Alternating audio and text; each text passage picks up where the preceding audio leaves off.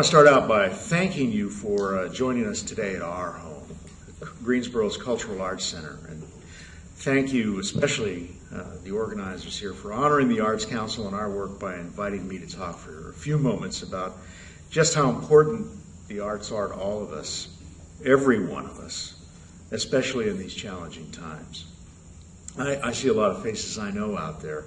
But for those of you who don't know me, I first came to Greensboro about 11 years ago to lead the Eastern Music Festival and enjoyed playing a part in repositioning that organization's role in the community. Thanks to the generous work of many volunteers and supporters who shared the very simple belief that what makes success is sharing what you have, your special gift or greatness, with everyone. I was extremely fortunate to work with gifted people to create new programs like EMF Fringe, the Piedmont Jazz and Blues Festival, EMF Kids, and perhaps most importantly, work persistently to bring the world's greatest performers to Greensboro from all walks of music to inspire children, young performers, audiences, you and me. Last summer, I accepted a new challenge to lead the United Arts Council. Now, instead of working for one great organization, I work for about 50 organizations. It's very interesting. These encompass all the arts, from dance and theater to visual and arts and music, and even some new projects and organizations that are hard to categorize. One of the most exciting things about my new job is the perspective I've gained. The arts are all around us here in Greensboro. We all talk about how this is such a wonderful place to live, but the arts are everywhere, in schools, churches, workplaces, public spaces. The arts environment here is incredibly rich and diverse, especially if we reject the artificial boundaries often imposed by tradition that make some self-expression more legitimate than others. And believe me, I understand some of the labels that are out there that frustrate both artists and audiences. Most of my career, I've worked in the classical music business, where arguing about what is legitimate or good music is in itself an art form. Whether art is created within the nurturing environment of a larger organization like Green Hill Center or Triad Stage, or by an artist working with a handful of students in a school setting, the Arts Council is here to foster those creative outlets. For 50 years, the Arts Council has raised millions of dollars, investing them in local arts organizations, projects, and artists, including the creation of this center about 22 years ago through a unique and much celebrated public-private partnership with the city and the people of Greensboro. As we begin another year, 16 arts organizations, galleries, and other creative endeavors call this campus home, the center of activity which last year touched the lives of more than 750,000 people. 750,000 people.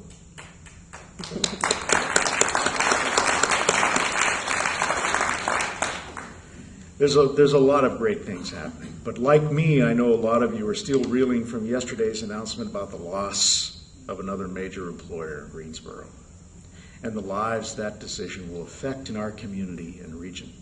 I think psychologically it affects all of us. But today, more than ever, we need to be looking up, not down. We all know that the region and its economy are changing. Tobacco, textiles, manufacturing have all been in decline. What we need is a new focus for our economy, one that takes advantage of the remarkable pool of creative talent and the many artistic and culturally unique assets and traditions of our region.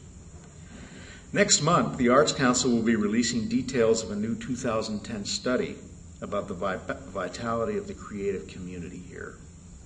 We'll be doing this jointly with the High Point Area Arts Council. And I want to give you just one juicy little nugget as a preview, and it may really surprise you. Are you ready? Guilford County is home to more than 7,000 creative jobs. Musicians, designers, artists, dancers, actors, industrial designers, radio announcers, arts teachers, even administrators like me are all part of one of the fastest growing job sectors in our economy, a sector that also retains more jobs when job losses are high across other sectors, as they have been in recent years here in North Carolina. Greensboro is uniquely positioned to be a leader in North Carolina's new creative economy because it is so rich in character, talent, and creativity. Let's celebrate that and remember that art is, by definition, diverse as people themselves. Differences in gender, race, ethnicity, religion, geography. Artists have always been inspired by human elements and the dynamic interplay of those similarities and differences from themselves and their communities. A play can illuminate our understanding of familiar surroundings, or it can introduce us to a whole different worldview.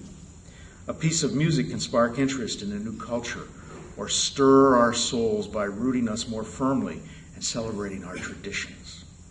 A mural or sculpture can elicit empathy with a deeply personal experience of a neighbor, or enhance our appreciation of a time and place only visited in our imaginations. If we open our eyes, ears, and hearts, we can be nourished by art in so many forms all around us here in Greensboro. At its best, this art inspires us to think, experience, create, and share. And in these times, what could be more important for reflection than celebrating our diversity as a people, as citizens, as neighbors? As our world, even here in Greensboro, becomes in many ways smaller and our community becomes larger in a global sense, it's important to understand how the arts will help to light our way to a better future. In the past few months, I have been speaking with and listening to many people in my new role at UAC, and I want to hear from you. We are armed with information about the arts and its contribution to the community and how we can work together to help grow this community. And I want to help you tell our story with a new twist to sell our community. Let's work together to look beyond the near term toward a more promising tomorrow for ourselves and our children. Let's build new momentum, enthusiasm, and pride in this place we call home. Let's get creative. On February 3rd, we announced the launch of the Arts Council's 2011 $1.2 million Get Creative campaign to support the arts.